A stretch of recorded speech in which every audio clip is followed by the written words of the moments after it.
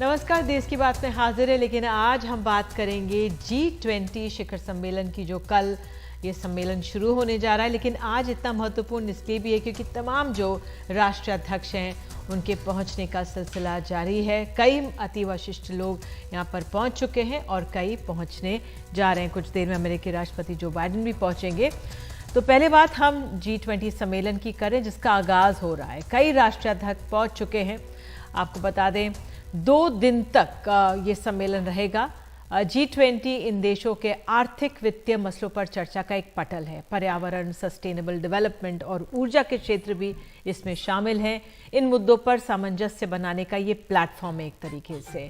IMF के managing director भी पहुंच चुकी हैं। भारत ने इस सम्मेलन की थीम रखी है वसुधैव कुटुंबकम, one earth, one family, one future. तो G20 इस गुट में 19 राष्ट्र और यूरोपियन यूनियन शामिल है। प्रधानमंत्री मोदी ने अफ्रीका नेशन की इसमें शामिल करने की वकालत की है।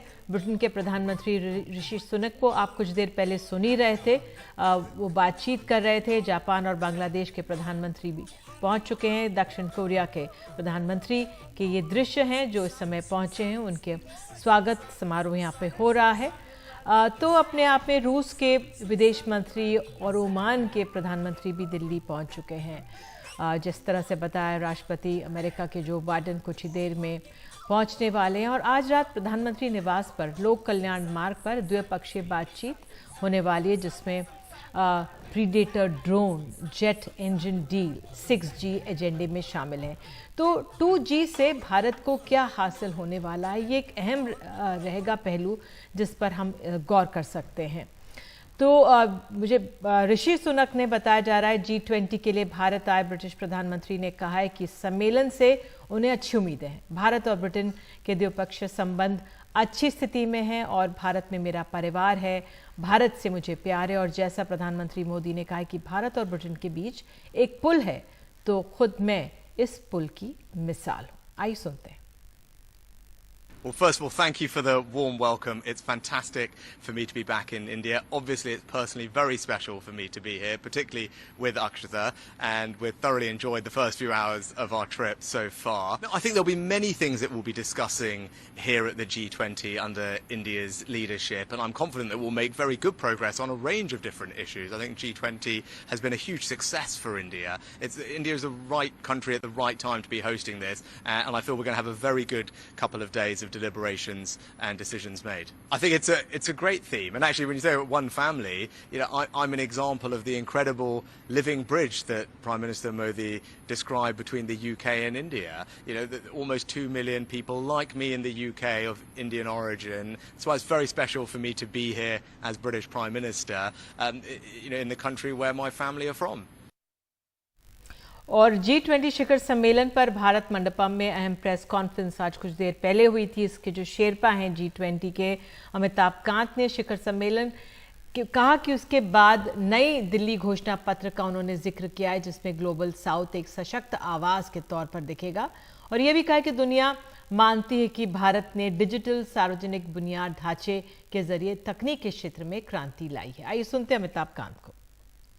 The New Delhi Leaders' Declaration, which many of you will see post the summit, you will see it as a voice of the global south and the developing countries. No document in the world would have such a strong voice for the global south and the developing countries as the New Delhi Leaders' Declaration. और हमारे साथ खास मेहमान हैं, अपने सहयोगियों के पास भी चलूंगी। JS मुकुलपुर राजनायक हमारे साथ हैं, डॉक्टर जाकिर हुसैन विदेश नीति के जानकार हमारे साथ जुड़ गए हैं, और साथ ही योगेश गुप्ता पूर्व राजनायक भी हमारे साथ जुड़ गए हैं। बहुत बहुत धन्यवाद आप सबका जुड़ने के लिए। लेकिन उससे पहले मैं अपने सहयोगी उमा शंकर सिंह के पास चली जाती हूँ, क्योंकि जो मीडिया पूरा यूनिट वहाँ पर बना हुआ है वहाँ पर मौजूद हैं। उमा, इस समय वहाँ से अपडेट दे दीजिए जल्दी से। जी देखिए, अपडेट तो यही है कि जो एक साझा बयान की बात हो रही है उसको लेकर भारत को काफ़ी उम्मीद है। खुद विदेश सचिव ने ये बात कही है कि आम सहमति बन जाने की उम्मीद है। जिस तरह से शेरपाओं की बैठक में सहमति बनी है और उस सहमति को जो राष्ट्राध्यक्ष हैं उनके सामने रखा जाएगा और उस पर अंतिम मुहर लगाने की कोशिश होगी। हालांकि जब तक सर्वानुमति नहीं बनती है तब तक वो सार्वजनिक नहीं किया जाएगा। तो एक तो उम्मीद की बात यह है। दूसरी बात, जो भारत ने इस पूरे आयोजन का जो थीम रखा है, one earth one family one future, सारी जो बातें हैं, सारी कवायद जो उसके आसपास घूम रही हैं। ग्लोबल साउथ की जहां तक बात है तो भारत ने कहा है साफ तौर पे कि बहुत मजबूती से उनकी आवाज़ को उठाया गया और एक बहुत मजबूत दस्तावेज होगा जो दिल्ली डिक्लेरेशन होगा वो। दूसरी अहम बात ये भी है कि अभी जो गुटेरस हैं उन्होंने जो प्रेस कॉन्फ्रेंस की है, उन्होंने इस थीम को काफ़ी इस थीम की तारीफ़ की है और भारत ने जिस तरीके से इस बटी हुई दुनिया में सबको एकजुट करके सबको एक साथ लेकर चलने की कोशिश की है, उसकी तारीफ़ की है। तो अहम बात यह है कि जब कल तमाम G20 जो प्रतिनिधि मिलेंगे, उनके जो नेता मिलेंगे, तो किन बातों पे अंतिम मुहर लगता है ये देखने की बात होगी। कल जो 3 सेशंस रखे गए हैं उसमें एक पहले सेशन का नाम वन अर्थ है, उसके अलावा वन फैमिली और वन फ्यूचर, 2 अलग अलग सत्र हैं। तो इन सब सत्रों में बातचीत जो होगी वो आर्थिक सहयोग बढ़ाने पर होगी कि किस तरह से अफ्रीकन यूनियन को शामिल करें, जिसमें कि साउथ अफ्रीका ही अभी G20 का सदस्य देश है। उसके अलावा 54 देश जो है अगर इससे जुड़ जाते हैं तो एम्बिट बड़ा होगा और ग्लोबल साउथ के तमाम देश हैं। तो ऐसे में ग्लोबल साउथ तक उन तक जो फ़ायदा है वो पहुंचाने में मदद मिलेगी। तो ये लब्बो लुबाब है पूरे G20 की बैठक का और निगाह अब इस बात पर लगी है कि क्या वाकई में एक यूक्रेन रूस युद्ध जो कि चुनौती के तौर पर है और जिस पे बात आकर अटकती है, क्या उस पर कोई एक बीच का रास्ता निकल पाएगा। क्योंकि अमेरिका हो या रूस हो, दोनों ने अपने स्टैंड क्लियर कर दिए हैं। रूस का ये कहना है कि क्योंकि ये आर्थिक फोरम है, इसमें जियोपॉलिटिकल बात नहीं होनी चाहिए। अमेरिका कह रहा है कि जिस तरीके से पिछले साल बाली समिट के बाद ज़्यादा गंभीर माहौल बनाया है रूस ने, यहाँ तक कि वो अनाज के भंडारों को उड़ा रहा है बमबारी करके। तो ऐसे में दो खेमे में जो बटा G20 नज़र आ रहा है, भारत किस तरीके से उसमें एक बीच का रास्ता निकालकर सबको साथ लेकर चलता है, ये 10 तारीख को निकलकर सामने आएगा और उम्मीद इसके लिए बिल्कुल उमा, 10 तारीख का हमें इंतजार करना चाहिए। और आपको बता दूं, जो आपने रूस का जिक्र कर ही दिया है, तो रूस के सरकारी मीडिया के हवाले से खबर ये आ रही है कि अमेरिका यूके भारत पर दबाव डाल रहे हैं और यूक्रेन को लेकर G7 देशों का भारत पर दबाव है। ये देश चाहते हैं कि उनका पक्ष छल के भारत निष्पक्ष रुख की कोशिश कर रहा है। बहरहाल आपने जानकारी दी, बहुत बहुत धन्यवाद। तो आज आगाज नहीं हुआ लेकिन एक तरह से आगाज ये हो गया कि तमाम राष्ट्राध्यक्ष पहुंच रहे हैं। बहुत बहुत शुक्रिया आपका। तो हमारे साथ खास मेहमान बने हुए हैं JS मुकुल। मैं सबसे पहले आपके पास आऊंगी।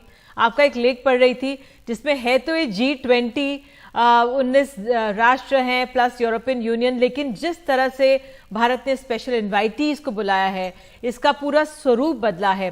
भारत क्या हासिल करेगा इससे, ये एक आज ये समझने की कोशिश करेंगे आप बताइए जरा। और आपके व्यूअर्स को ग्रीटिंग्स। सबसे पहले तो इस इंडिया की G20 प्रेसिडेंसी और जो समिट होने वाला है उसने कई चीजें ऑलरेडी हासिल कर ली हैं। उसका संक्षिप्त में बता दूं। सबसे पहले तो जैसे प्रधानमंत्री जी ने कहा है, ये एक पीपल्स प्रेसिडेंसी बन गई है। हम लोग इसमें सफल रहे हैं कि ये अपनी प्रेसिडेंसी से G20 को देश के विभिन्न भागों में और सोसाइटी के डिफरेंट सेक्शंस में इसको हम पहुंचा पाए हैं। ये हमने कई तरीके से किया है, जैसे कि एंगेजमेंट ग्रुप्स हैं, 11 एंगेजमेंट ग्रुप्स हैं। इसमें विमेन ग्रुप है, बिजनेस ग्रुप है, यूथ ग्रुप है। मैं खुद रहा हूँ स्टूडेंट्स ग्रुप में उसके प्रोग्राम में शामिल। तो इससे ये हुआ है कि सबसे पहली उपलब्धि तो ये है और ये समिट तक it is the culmination. Second, दूसरा ये है कि इंडिया ने इनक्रेडिबल इंडिया को सारे विश्व में इसको पहुंचा दिया है। हमारे यहाँ 220 मीटिंग्स हुई हैं 50-60 शहरों में। हमने अपनी कल्चर, अपनी democracy with all it's glory, variety, diversity, ये हमने दिखाई है। तो हम इसको सारे दुनिया में ले गए और आज भी दिल्ली पूरी तरह से डेक्ड अप है, सजी हुई है, जिससे कि जो आपने बताया लीडर्स आ रहे हैं वो ये देखेंगे। तो ये हमारी एक दूसरी सफलता है। तीसरा मैं कहूंगा, जो ये ग्लोबल साउथ की बात होती है, शुरू से हमने प्रधानमंत्री जी ने वर्चुअल समिट किया था voice of the global south के 125 देशों के हमने व्यूज कलेक्ट किए हैं, और वो हमने सारी प्रायोरिटीज में it is a spirit of global south permeate. जैसे आपके अभी कार्यक्रम में अमिताभ कांत जी ने कहा कि ये ग्लोबल साउथ का इसमें बहुत ही स्ट्रॉन्ग मैसेज आएगा जब ये कम्युनिके या डॉक्यूमेंट जो फाइनल होगा परसों। चौथा इसमें यह है कि जो ग्लोबल साउथ का हमने डॉक्यूमेंट में ही नहीं, हमने इसमें अफ्रीका डेफिसिट है G20 में, जो हम 20 G20 के मेंबर्स हैं उसमें केवल एक ही अफ्रीकन कंट्री है। सो इसको हमने दो तरीके से इसको हमने एड्रेस किया है। पहले तो हमने अपने जो गेस्ट बुलाए हैं उसमें 3 अफ्रीकन कंट्रीज को शामिल किया है, मॉरिशस, इजिप्ट और नाइजीरिया। लेकिन इसको एक स्थायी तरीके से इस डेफिसिट को एड्रेस करने के लिए हमने ये पहल की है कि अफ्रीकन यूनियन को एक फुल मेंबर बनाया जाए। और जैसे कि खबरें आ रही हैं, इमर्जिंग कंसेंसस है, तो ये लगता है ये एक बड़ी उपलब्धि होगी इंडिया की प्रेसिडेंसी की, दिल्ली के समिट की। और दिस गोज, ये बहुत अच्छी तरीके से सेट होता है हमारे थीम से, वासुदेव कुटुंबकम, one earth one future one family, और ऑल्सो रेजोनेट्स जो हमारी मेन क्रॉस कटिंग प्रायोरिटी है, जो ग्लोबल साउथ। बिल्कुल, तो आपने ये बहुत अहम बातें कही। और योगेश गुप्ता जी सर, अगर मैं आपसे जिस तरह से ग्लोबल साउथ एक तरह से कैसे इसे समझें, जो डेवलपिंग है या अंडर डेवलप्ड वर्ल्ड, उसकी आवाज भारत बनकर उभरना चाह रहा है, इससे कितना सशक्त होता है ये G20 ग्रुप है अपनी बातें एक तरह से आगे ले जाने में, या एक तरह से आदान प्रदान हो और देशों पर इसकी मुहर लगे। सर, आपका असेसमेंट। देखिए इसमें कई एस्पेक्ट्स है। एक एस्पेक्ट तो देखिए ये है कि ग्लोबल इकोनॉमी जो है वो उसकी ग्रोथ के लिए जरूरी है कि जो डेवलपिंग कंट्रीज है वहां पर भी इकोनॉमिक ग्रोथ हो, वहां पर भी जो है लोगों के हालात सुधरे, बेटर हो। क्योंकि वहां पे अगर इकोनॉमिक ग्रोथ होती है तो फिर तमाम विश्व में जो इकोनॉमिक ग्रोथ है वो बेहतर होगी। तो एक ग्लोबल एस्पेक्ट है। और दूसरा ये है कि भाई क्योंकि ये G20 एक ग्लोबल फोरम है जिसमें कि इकोनॉमिक इश्यूज एड्रेस किए जाते हैं, तो ये जरूरी है कि जो इकोनॉमिक इश्यूज हम टेकअप करें उसमें जो गरीब मुल्कों के इश्यूज हैं, डेवलपिंग कंट्रीज के इश्यूज हैं, वो भी हम इसमें साथ लेके चले और उनका पूरी तरह से कोशिश करें कि उनका हल निकाला जाए, जिससे कि उन मुल्कों के हालात भी बेहतर हो। अब ये तो सबको मालूम ही है कि भाई पिछले कुछ समय से, जब से खासतौर से पहले तो ये कोविड हुआ, फिर ये यूक्रेन की लड़ाई हो गई, तो उससे जो है वो जो डेवलपिंग कंट्रीज हैं उनके हालात थोड़ा उसमें थोड़ा सा मतलब वो डिक्लाइन हुए हैं। पहले तो मतलब वैक्सीन का इशू रहा, फिर कमोडिटीज के प्राइसेस गिर गए। जैसे आप श्रीलंका का उदाहरण देखिए, टूरिज्म सेक्टर हर्ट हुआ कई जगह, कई मुल्क जो कमोडिटीज बेस्ड है वहां पे कमोडिटीज के प्राइसेस कम हो गए। और उसके बाद जो चीजें इंपोर्ट करते थे दूसरे मुल्कों से, उनके प्राइसेस बढ़ गए यूक्रेन वॉर की वजह से। तो इन सब तमाम कारणों की वजह से उनके हालात बहुत खराब हुए हैं। और हमारी कोशिश है भारत की कि भाई ये G20 अब यहाँ हो रहा है, तो इसमें इन मुल्कों के जो सिचुएशन है, इन मुल्कों के जो सर्कमस्टांसेस है वो सुधरे। तो ये इसका एक दूसरा पहलू है। और तीसरा ये कि जैसे हम इकोनॉमिक जस्टिस की बात करते हैं अपने देश में, कि भाई जो हमारे गरीब लोग हैं, गरीब पुअर लोग हैं, उनके हालात सुधरे। तो वही बात जो है हम विश्व पटल पे कर रहे हैं कि भाई जो गरीब मुल्क है उनका हालात सुधरे, उनका रिप्रेजेंटेशन बेटर हो दुनिया में। जो गवर्निंग इंस्टीट्यूशंस है जैसे UN है या और गवर्निंग इंस्टीट्यूशंस है, मेरे साथी मुकुल जी ने भी उदाहरण दिया कि अफ्रीकन यूनियन को मेंबरशिप देने की बात है, तो ये भी उस डायरेक्शन में एक कदम है। तो ये सब हमारी तमाम कोशिश है कि भाई इसमें जो है डेवलपिंग कंट्रीज का फायदा होना चाहिए। बिल्कुल, ये बहुत अहम एस्पेक्ट है। डॉक्टर जाकिर हुसैन, मैं आपसे समझना चाहूंगी, क्योंकि जो G20 है 50% है वर्ल्ड, मतलब जो क्षेत्रफल अगर दुनिया भर का देखा जाए तो ये तमाम जो देश हैं, 75% जो इंटरनेशनल ट्रेड है वो यही देश कर रहे हैं, G20 जो देश हैं, और 85% ग्लोबल GDP यहीं से आती है इनसे। तो ऐसे में जो हमारे अफ्रीकन यूनियन है, अगर वो इसमें शामिल हो जाता है, किस हद तक हम मदद कर पाएंगे, या ग्लोबल साउथ की एक तरह से जो हम लीडरशिप लेना चाहते हैं उसमें हम कितने आगे बढ़ पाएंगे ज़मीन पर अगर असर पड़े और आर्थिक हालात अपने देश में भी और ऐसे कमज़ोर देश में भी बेहतर हो?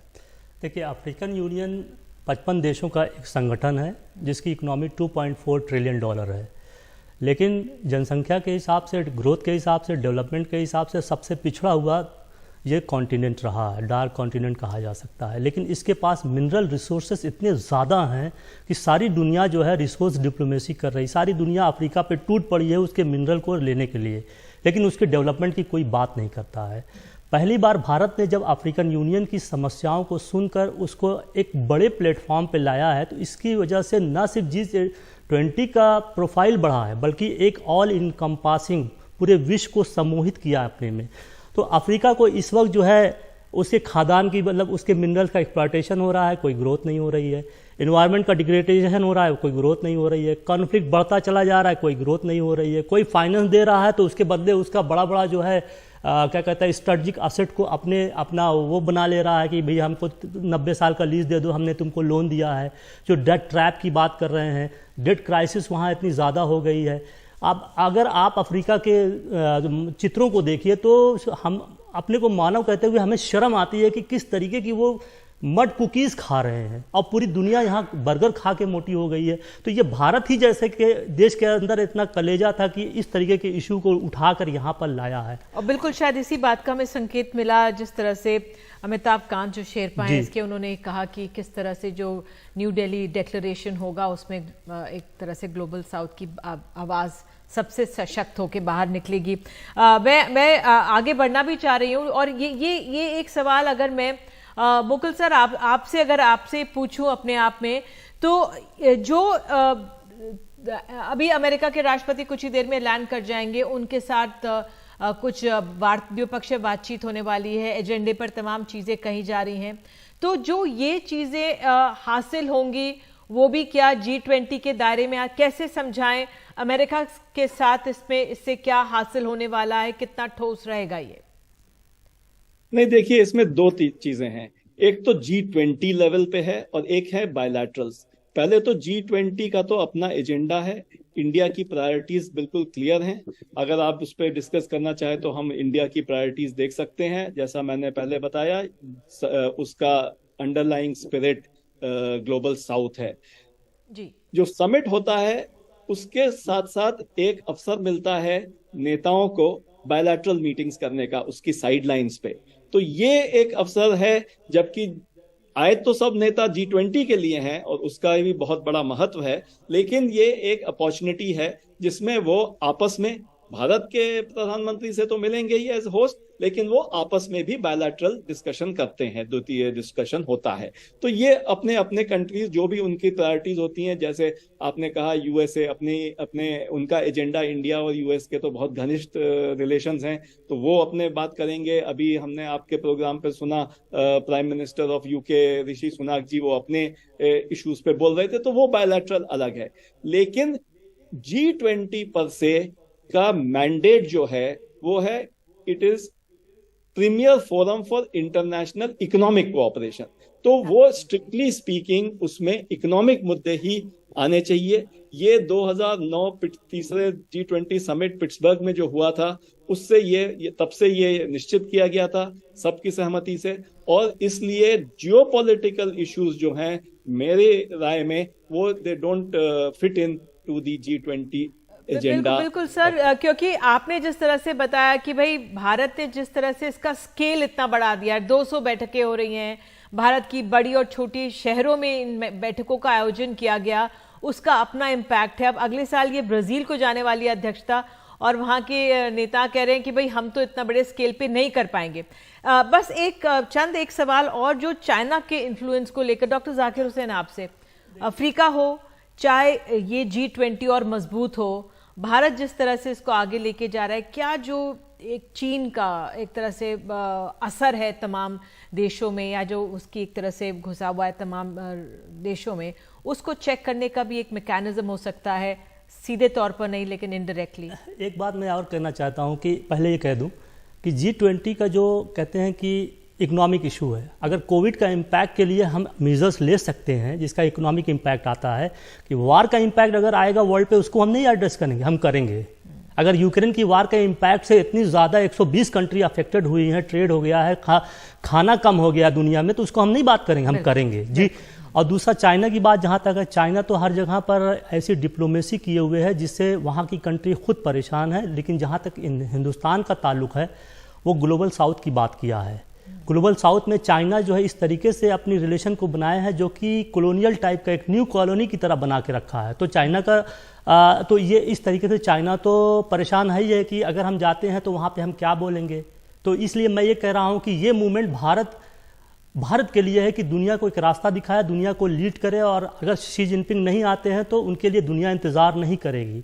भारत आगे बढ़े और सारी इश्यूज़ को एड्रेस करे, और जो भी चीज़ हमने उठाई हैं वहाँ चाइना के इश्यूज़ जो है हमसे इन इश्यूज़ से कंट्रोवर्शियल होगा, क्योंकि हमने डेट क्राइसिस की बात की है। डेट में सबसे ज़्यादा शेयर चाइना ने दे रखा है और उनके स्ट्रेटेजिक एसेट्स को अपने अंदर ले लिया है। हम क्लाइमेट चेंज की बात करें तो चाइना ही आता है सामने, हम जो है फाइनेंस की बात करते हैं तो चाइना ही सामने आता है। तो ऐसे में जो है हम एंटी चाइना नहीं है, बल्कि उन इश्यूज़ को उठाए हैं जहां चाइना को खुद शर्मसार होना चाहिए। हम तो कहते हैं शी जिनपिंग को आना चाहिए था, उसमें ग्लोबल साउथ की वॉइस बनना चाहिए था, वर्ल्ड हमारे साथ ना रहते, वर्ल्ड के साथ मिलकर रहना चाहिए था। बहरहाल जिस तरह से अब चर्चाएं बढ़ेंगी, बातें बढ़ेंगी, आप सब आए हैं हमारे साथ। मुझे एक ब्रेक लेने के लिए कहा जा रहा है, ब्रेक लेंगे और जब अमेरिका के राष्ट्रपति जो बाइडेन उतरेंगे एक बार फिर से हम चर्चा को शुरुआत करेंगे। एक छोटा सा ब्रेक लेते हैं, खबरों का सिलसिला जारी रखते हैं।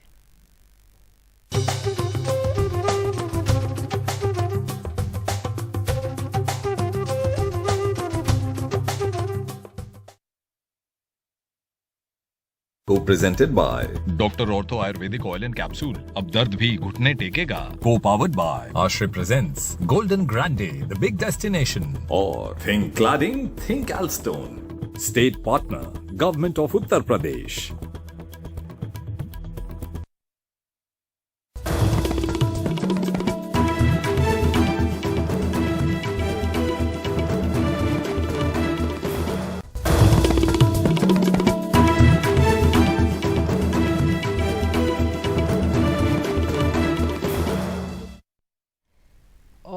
G20 से थोड़ा हटते हैं और अब 7 विधानसभा चुनावों में से 6 के नतीजे आ चुके हैं। बाई इलेक्शंस यहां पर हुए हैं। आपको बता दें, झारखंड के घुमरी में JMM की बेबी देवी जीत गई हैं। उन्होंने आजसू की यशोदा देवी को हराया है। पश्चिम बंगाल के धुपगुड़ी उपचुनाव में ममता बनर्जी की पार्टी तृणमूल कांग्रेस जीत गई है। तृणमूल कांग्रेस के उम्मीदवार इतिहास के प्रोफेसर निर्मल चंद्रा रॉय ने बीजेपी की तापसी रॉय को हराया है।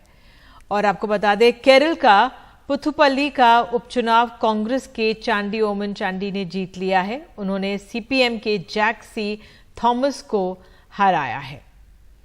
बीजेपी के लिजन लाल तीसरे स्थान पर रहे। त्रिपुरा को वहां के बक्सा नगर से बीजेपी उम्मीदवार तफाजल हुसैन को जीत मिली है। उन्होंने CPM के मिजान हुसैन को हराया है। धानपुर से भी बीजेपी के बिंदु देवनाथ को जीत मिली। उन्होंने CPM के कौशिक चंद को हराया है। उत्तराखंड के बागेश्वर का उपचुनाव बीजेपी की पार्वती दास ने जीत लिया है। उन्होंने कांग्रेस के बसंत कुमार उम्मीदवार को हरा दिया है।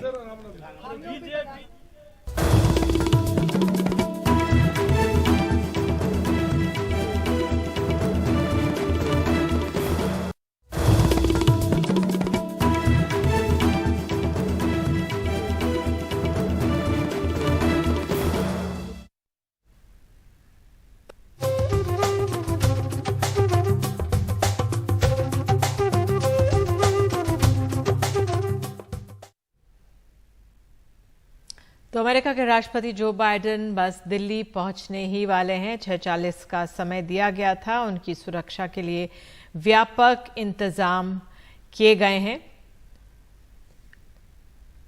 और उनकी सुरक्षा के लिए व्यापक इंतजाम है। एयरफोर्स 1 के भारत के स्पेस में आते ही नो फ्लाई जोन लागू हो जाएगा। एयरफोर्स 1 के अलावा उनके साथ एक दूसरा विमान भी होगा जो आपात स्थिति में इस्तेमाल किया जा सकेगा। अपने आप में खास एयरफोर्स 1 को मिनी पेंटागन भी कहा जाता है इसको एक तरह से, क्योंकि सुरक्षा के लिहाज से एक पूरा किले की तरह होता है। अमेरिकी राष्ट्रपति विमान के दिल्ली में लैंड करने के बाद वो अपनी गाड़ी बीस्ट में सफ़र करेंगे और उनके साथ करीब 50 गाड़ियों की सुरक्षा का घेरा होगा। तो अमेरिका के राष्ट्रपति के आने की और तमाम जो राष्ट्राध्यक्ष हैं, और अब ये मुझे बताया जा रहा है ऑस्ट्रेलिया के जो प्रतिनिधि आ रहे हैं उनके तरफ प्रमुख उनका ये विमान आया है और ये आवभगत के दृश्य हम देख सकते हैं एयरपोर्ट से जो आ रहे हैं। बहरहाल इस समय इंतज़ार जो बाइडेन का है, अमेरिका के राष्ट्रपति का, कि उनका विमान कब दिखता है और वो कब उतरते हैं। हालांकि किसी भी समय वो दृश्य आने शुरू हो जाएंगे जब एयरफोर्स 1 लैंड करेगा देश की राजधानी दिल्ली में। तो हवा से लेकर ज़मीन तक सुरक्षा के इंतज़ाम किए गए हैं। एयरफोर्स 1 विमान से आएंगे जो बाइडेन, और आपको बता दें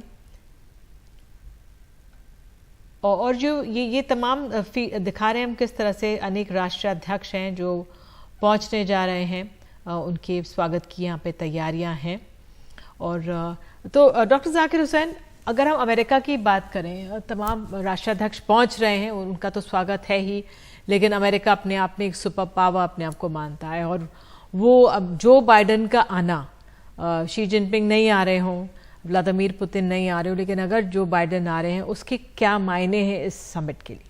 पहली बात तो व्हाइट हाउस ने एक स्टेटमेंट इशू किया था कि हम G20 जो भारत की सदस्य उसमें प्रेसिडेंसी में हो रहा है उसको कामयाब करने की पूरी लगन से हैं। नंबर एक तो ये बात हो गई कि वो चाहते हैं कि भारत की G20 प्रेसिडेंसी कामयाब हो, और वो हो गई है, अब हम लोगों ने खुद किया है उसमें। सेकंड जो है, अमेरिका से जो जून में जो विज़िट हुई थी, हमारे प्राइम मिनिस्टर की स्टेट विज़िट हुई थी, उसमें बहुत सारे मुआहदे किए गए थे जिसमें डिफेंस का है, टेक्नोलॉजी का है, ट्रेड का है, वीज़ा का है, और ख़ासकर जो है न्यूक्लियर एनर्जी का है जो 2008 से पेंडिंग में पड़ी है। ये सारी इश्यूज़ पे एक बहुत ही क्लियर गाइडलाइन के साथ फाइनलाइज करने की पूरी उम्मीद है, क्योंकि अब कोई भी चीज़ें पाइपलाइन में नहीं रहेंगी। सेकंड लेवल पर जो है मिनीलेटरल जिसे कहा जा रहा है उस पर बात होगी, जिस पे इंडो पैसिफिक पे भारत का क्या रवैया होगा और अमेरिका किस तरीके से सामने आएगा। और इसका इंडिकेशन भारत ने ईस्ट एशिया समिट में ही दिखा दिया कि उसमें उन्होंने इनडायरेक्टली कहा कि हर कंट्री को अपनी सॉवरेंटी और अपनी बाउंड्री की रक्षा करनी चाहिए मिलकर। तो यहाँ पर अगर अमेरिका एक बाइडेन के आने के बाद एक बहुत ही proactive policy, Indo Pacific policy हुई है, उसमें भारत अब पीछे नहीं है जैसा कि दिखाई दे रहा है। इस पे बहुत ही क्लियर कट पॉलिसी बनेगी। और थर्ड जो बहुत ही महत्वपूर्ण है जो G20 के लिए भी है कि किस तरीके से मल्टीलेटरल डेवलपमेंट बैंक का रिस्ट्रक्चर किया जाए, जिससे फाइनेंसिंग की प्रॉब्लम जो डेवलपिंग और ग्लोबल साउथ में है उसको रिमूव किया जाए, उसको ओवरकम किया जाए, उनके ग्रोथ को मोमेंटम दिया जाए, उनके प्रोजेक्ट को आगे बढ़ाया जाए, कैसे जो है फाइनेंस किया जाए। ये सारी चीज़ें जो है एक इस बैठक में, इस विजिट के दौरान जो 3 दिन की विजिट होगी यहाँ पर, वो अपने आप में खुद एक बड़ा अचीवमेंट है कि दुनिया का सबसे बड़ा ताकतवर जो आदमी जो 3 दिन जो है दिल्ली में बैठेगा, तो इसका अपने आप में एक बड़ा मैसेज दुनिया में जा चुका है। शायद इसीलिए जो है शी जिनपिंग जो है अवॉइड भी कर चुके हैं कि मैं क्या करूँगा वहाँ पर। तो ये एक बड़ा मसला है चाइना के सामने। तो ये सारी चीज़ों को देखते हुए लग रहा है कि G20 का जो कुछ है तो वो तो सामने ही रहेगा, लेकिन हमारे बायलैटरल लेवल पर एक बहुत ही इंटीमेट रिलेशन बिल्डअप होंगे जो कि फर्दर आगे जाके और कुछ रहेगा बनेगा। और इसमें स्पेस डिप्लोमेसी की भी बात होगी। ऑलरेडी इंडिया ने आर्टेमिस जो है एग्रीमेंट है जिसमें स्पेस कॉपरेशन की बात की गई है, उस पर भी बात होगी। डॉक्टर हुसैन, ये अपने आप में जो हमारा ये G20 कर रहे हैं हम, उसका एक तरह से अहमियत अपने आप में इतनी बढ़ जाती है क्योंकि जो यूनाइटेड नेशन सिक्योरिटी काउंसिल के जो 5 परमानेंट 5 Ps जो कहा जाता है वो यहाँ पे होंगे। भले ही जिनपिंग ना हो, लेकिन वो देश यहाँ पर अपने आप में मौजूद होंगे। तो एक तरह से एक सामरिक तौर पर भी एक महत्वपूर्ण संदेश। देखिए एक बड़ा मतलब जिसे कहते हैं विडम्बना या आयरनी है, आप इकोनॉमिक इश्यूज G20 को हैंडल कर रही है, पॉलिटिकल इश्यूज यूनाइटेड नेशन कर रही है, इकोनॉमी में आप जो है इंडिया की बहुत बड़ी भागीदारी चाहते हैं और ग्लोबल स्टेबिलिटी में भी भागीदारी चाहते हैं, लेकिन जहाँ पर यूनाइटेड नेशन, जहाँ पर जो स्ट्रेटजिक और पॉलिटिकल इश्यूज है वहाँ पे आप जगह नहीं दे रहे हैं। तो ये एक आयरनी वाली बात है और हमें लगता है कि अब ये वक्त आ गया है कि एक जो है डिप्लोमेसी जो है कॉम्पिटिटिव और कोलैबोरेटिव दोनों होता है, तो एक कोलैबोरेशन में जाके हमको ये बार्गेन करना चाहिए या अपनी पोजीशन को मजबूती से रखना चाहिए कि अब वक्त आ गया है कि यूनाइटेड नेशन का रिफॉर्म होना चाहिए। शायद न्यू दिल्ली डिक्लेरेशन के बाद जब भारत एक तरह से ग्लोबल साउथ को बिल्कुल आगे अपना वर्चस्व आगे बढ़ता हुआ दिखाई देगा, शायद उसके बाद दावेदारी और मजबूत हो जाएगी और दावेदारी मजबूत है। ब्रिक्स में भी जो है ये कहा गया कि इंडिया, ब्राज़ील और साउथ अफ्रीका जो है यूनाइटेड नेशन के परमानेंट मेंबरशिप के दावेदार और बहुत ही मुस्तहिक हैं, इनको कंसीडर किया। तो यही मल्टीलेटरल फोरम्स जो हैं 21st सेंचुरी के लिए रिफॉर्म करना ज़रूरी है। अगर इसको नहीं करते हैं तो मेरे ख्याल से कोई भी कंट्री जो है पॉलिटिकल रिस्क लेने को तैयार नहीं होगी। भारत तो कम से कम नहीं तैयार होगा। क्यों हम रिस्क लें दूसरे के लिए जब हमारी से ही नहीं है पॉलिटिक्स में या इंटरनेशनल डिप्लोमेसी में। इकोनॉमिकली ठीक है, हमारी जो रिस्पॉन्सिबिलिटी है, हमारे प्राइम मिनिस्टर ने पहले ही कहा G20 एक ह्यूमन सेंट्रिक अप्रोच है जिसमें ग्लोबल साउथ को हमने इंक्लूड किया, उनके हेल्थ की, एजुकेशन की, फाइनेंस की, वीमेन की, ये सारी इश्यूज़ को हमने पहली बार ब्रॉड बेस किया है, जो कि आने वाले सभी G20 के लिए एक चैलेंज बना हुआ है। वो किस लेवल पर इस तरीके से जाएंगे, तो ये अपने आप में बहुत अहम हो जाता है अपने आप में। और अगर मैं ये आपके लिए आपसे समझना चाहूँ कि अमेरिका जो है, अमेरिका को क्या हासिल होता है यहाँ पर आकर, भारत में आया है, उसको किन चीज़ों की ज़रूरत है? भले ही वो सुपर पावर है, लेकिन अपने आप में चीन अपने आप में अपनी बात रखता है, रूस अपनी बात रखता है, तो अपने आप में अगर उसको एक, क्योंकि भारत का बाज़ार अपने आप में बहुत बड़ा है, क्या उसकी कौन सी ज़रूरतें उसकी हम मीट करते हैं? देखिए सबसे बड़ी बात यह है कि अमेरिका अपने को सुपर पावर मानता है और सबसे लार्जेस्ट इकनॉमी है, लेकिन उससे लार्जेस्ट कर्जदार भी इकनॉमी है। अगर वो भारत जैसी बड़ी इकनॉमी के साथ अलायंस नहीं करता है, उसके साथ व्यापार नहीं बढ़ाता है, तो उसको कोई अदर कंट्रीज़ नहीं है जहाँ पर इस तरीके की साझेदारी मिलेगी। चाइना से उसका व्यापार बिल्कुल डिफिसिट में है, उनके रिलेशन ख़राब हो रहा है। टेक्नोलॉजी के तौर पर चाइना जो है US को चैलेंज कर रहा है, टेक्नोलॉजी भी भारत को वो देने को तैयार है। तो ये इसका जो ओवरऑल इन्वेस्टमेंट का जो रिलेशन है वो भी है। भारत का टैलेंट जो है अमेरिका के जो है बहुत से जो है ऑर्गेनाइजेशन को हेड कर रहा है। अगर आप देखें तो बहुत से MNCs के जो CEOs हैं वो इंडियंस हैं। तो ये टैलेंट जो है इंडिया का ही चारों तरफ अमेरिका को हेड कर रहा है, लीड कर रहा है। और इंडिया के जो 4-5 मिलियन जो इंडियंस हैं वो वहाँ के इलेक्शन में बहुत बड़ा रोल अदा कर रहे हैं। इंडियंस का प्रभाव वहाँ पर highly salaried and paid employees हैं। बिल्कुल, मुझे हम लोग ब्रेक ले लेते हैं बिल्कुल, और इसको कुछ और गहराई से समझेंगे। ब्रेक ही ले लेते हैं, जब उनका प्लेन लैंड होगा जो बाइडेन का, तब चलेंगे वापस। एक छोटा सा ब्रेक देश के बाद में।